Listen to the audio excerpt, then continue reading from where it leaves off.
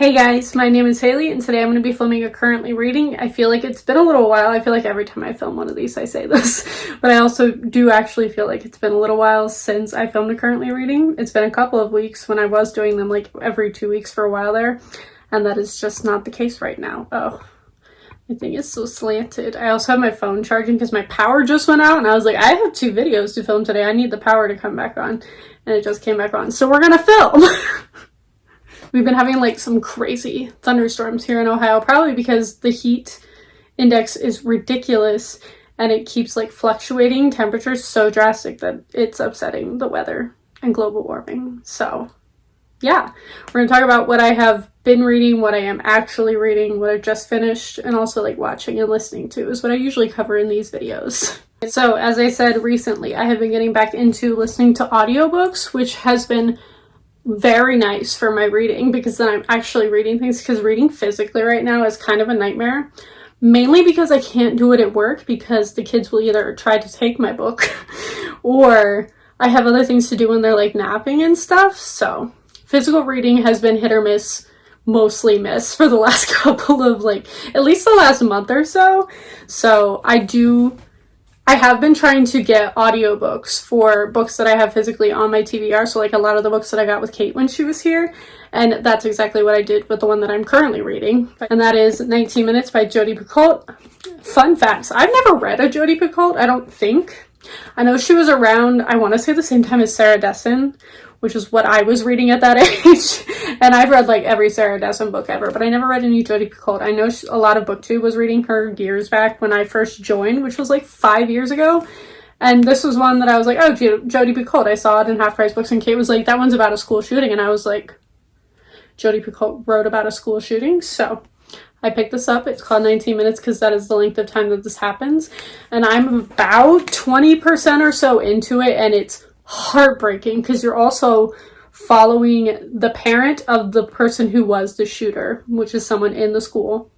You're also following the boy who did the shooting, and you're following some of the victims, and it's horrifying. There's flashbacks to like who these people are or used to be before and who they are today.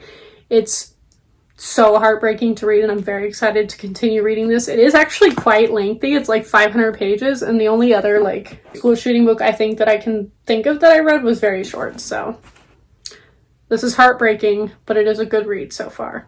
Then I am trying to get a physical book going. So while my power was out for the last hour and a half, and I literally couldn't use my phone or anything because my phone was dying, and I didn't know how long the power was going to be out, so we were trying to conserve battery, I started Midnight Blue, which is, I want to say it's a bind up of these 3 books. It's called Sunglasses After Dark, In the Blood, and Paint It Black. And I have been in I've been trying to figure out what kind of mood I'm in, and I don't think I'm in the full-on queer contemporary kick that I've been on for the last like almost 2 months now as much anymore, and I've realized I really want to just consume paranormal things, but I'm very picky with paranormal things and don't like them to be completely over sexualized. Like I know a lot of the paranormal, like especially paranormal romance genre that's not really my scene. I don't think. I haven't delved into it. I might try some of them, but don't think it's my scene. So I've been trying to find a specific type of paranormal thing that I would enjoy, verging on horror. And this was one that I picked up from Half Price Books when I was with Kate, and it's literally just about vampires, and I'm like, I'm kind of down for vampires coming back. So I don't think this is new at all. I think it's been out for a while, but I read the first like chapter and a half of it, and it's already pretty fascinating. So I'm very excited to continue this. And also, I love this cover. It's so stunning. And that's literally why I picked it up, because the spine is also so pretty, and I was like, what is that? At Half Price Books. So yeah, that is what I'm going to attempt to physically read when I can. And then on to things I've been watching. So I just recently watched the documentary called Pray Away, which is about conversion therapy and how it became a thing in the like 80s, 90s, that sort of era of Christianity, especially Christianity in America. And if you have ever dealt with conversion therapy, if it has ever been done to you and you are not at a good place, please do not watch this. It's heartbreaking, and it's basically a documentary of them bringing up people who were members of this thing called ex-gay, and they were trying to prove that you could turn people straight, which is problematic in that sentence alone. But I will say watching this makes it make so much more sense for the way that politics are so aggressively against LGBTQIA people nowadays, and why the American Christian church in particular is so culturally against it, let alone biblically, which I found fascinating. But this was heartbreaking. I'm horrified that this happened, and it was a whole ride of a watch. But I am happy that I watched it. I'm happy that it exists so more people understand, but do be careful. Please read trigger warnings on their Instagram, the Pray Away Film, before watching this if you're going to. And then next up, I watched The Social Dilemma, which apparently came out last year, and I do remember listening and hearing about it, but I never watched it because documentaries, fun fact, documentaries are not my thing. I generally don't watch them, and the only reason I watch these two is because they are very much in the vein of something I'm super interested in. So documentaries are a lot like nonfiction for me. I cannot get through it unless it's a topic I am incredibly already interested in for me to get through it. So I watched The Social Dilemma, and it was kind of terrifying because they were like making predictions, especially towards the end of the documentary, for what would happen if people continued to use their phones and the internet the way that we did at the beginning of 2020 or like mid 2020 when this came out. And they were talking a lot about civil war and how people would create echo chambers, and how nobody would understand that everybody else has their own little corner of the internet and nobody's internet is the same because of how social media works. And it's terrifying because a lot of that is true now. So if you want to ruin your life and be scared of your phone, I guess watch The Social Dilemma if you were like me and did not watch it last year.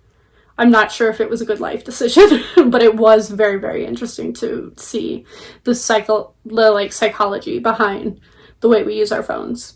And then last night, I realized that they put all of the Twilight movies on Netflix.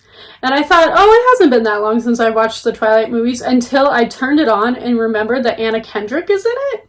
And I was like, I forgot she was in these movies. And I was like, when was the last time I watched these? Because like I was obsessed with Anna Kendrick and everyone else when Pitch Perfect first came out. And I don't think I've watched the Twilight movies in the last 8 years since Pitch Perfect came out. So apparently it's been a while, so I might continue on my track of watching all of the Twilight movies just for funsies over the next like couple of weeks, because apparently it's been too long since I've seen any of them.